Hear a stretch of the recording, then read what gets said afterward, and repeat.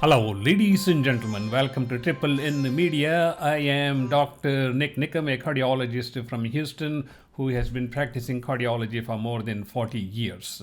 One of the most important functions we do as cardiologists is to do preoperative evaluation of patients going for non-cardiac surgery. Since many of these cardiac patients are on blood thinners like warfarin or they are on antiplatelet agents, the question comes up as when do we stop these antiplatelet agents? How long can we stop them? And what is the ideal time to stop these antiplatelet agents if these patients had undergone coronary interventions or bypass surgery? So let us begin with the main feature presentation. The feature presentation is antiplatelet agents, how long, when to stop for surgery.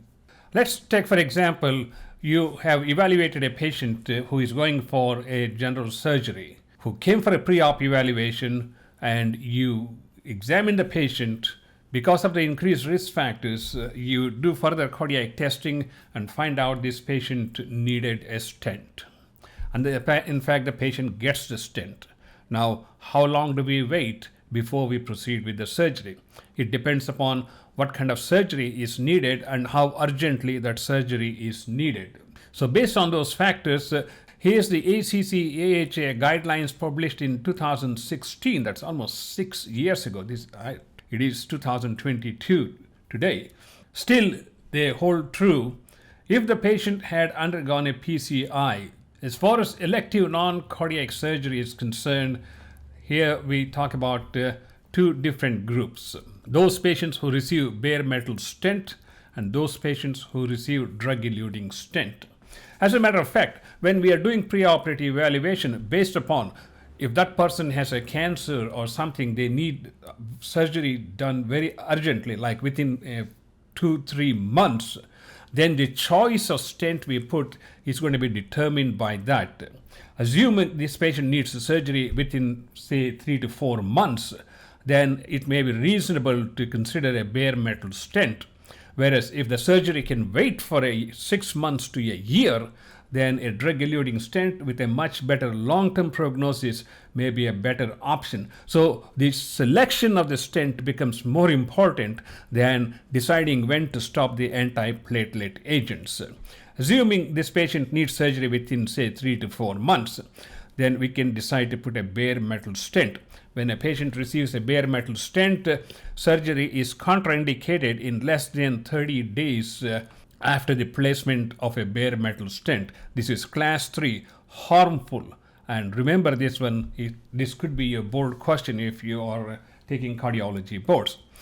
Beyond 30 days, it is reasonable to stop the antiplatelet agents for several days to proceed with the surgery, and once it's been cleared by the surgeon, then we can resume the antiplatelet agents, namely aspirin and clopidogrel or ticagrelor. On the other hand, if this person has received a drug-eluting stent, or if the person had received a drug-eluting stent, for example, 2 to 3 months prior to cardiac evaluation, then what do we do?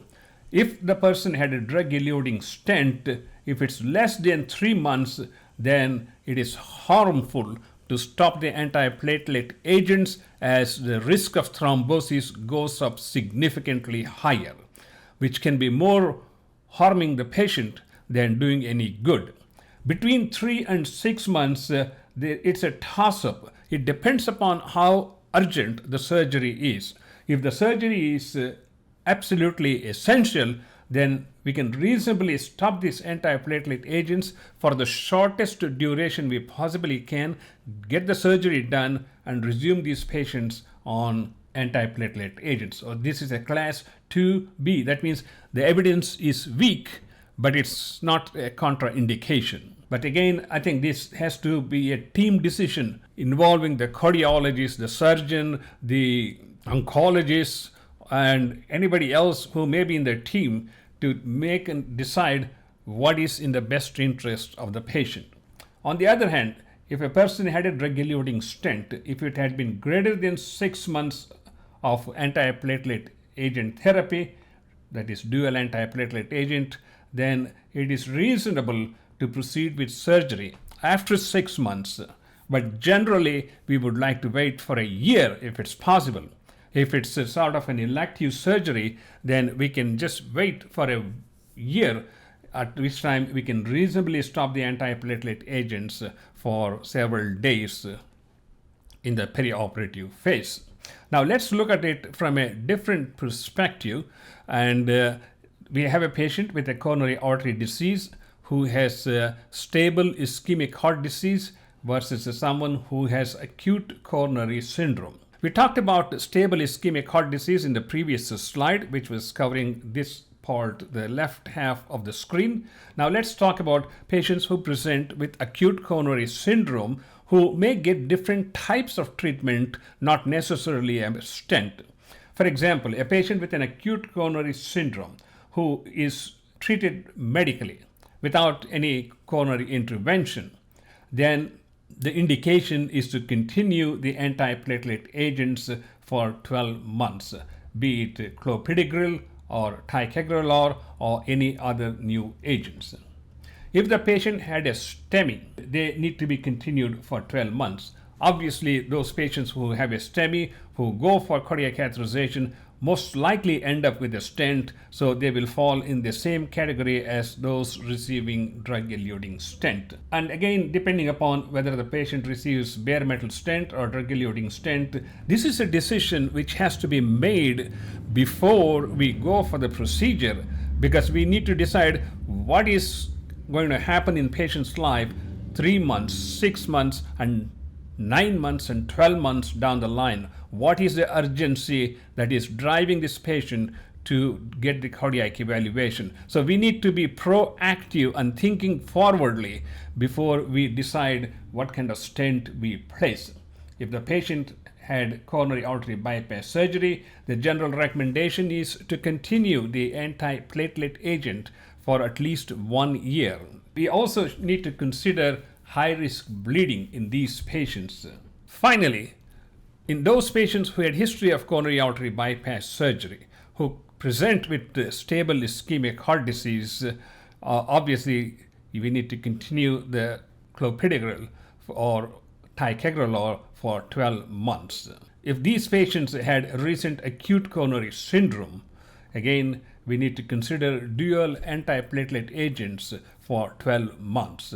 If they had a recent PCI, we follow the same protocol as we for a patient who did not have surgery but had coronary intervention.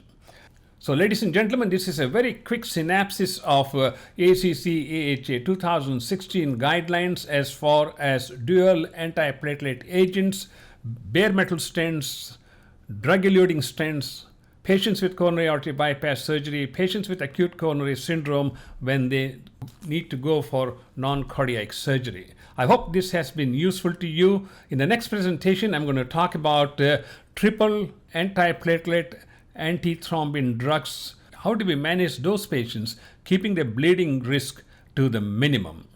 And we have a series of presentations on ACC AHA guidelines in a very simple, easy to follow format. Please do look for the link here at the top and follow the ACC AHA guidelines playlist. Thank you so much for watching this presentation.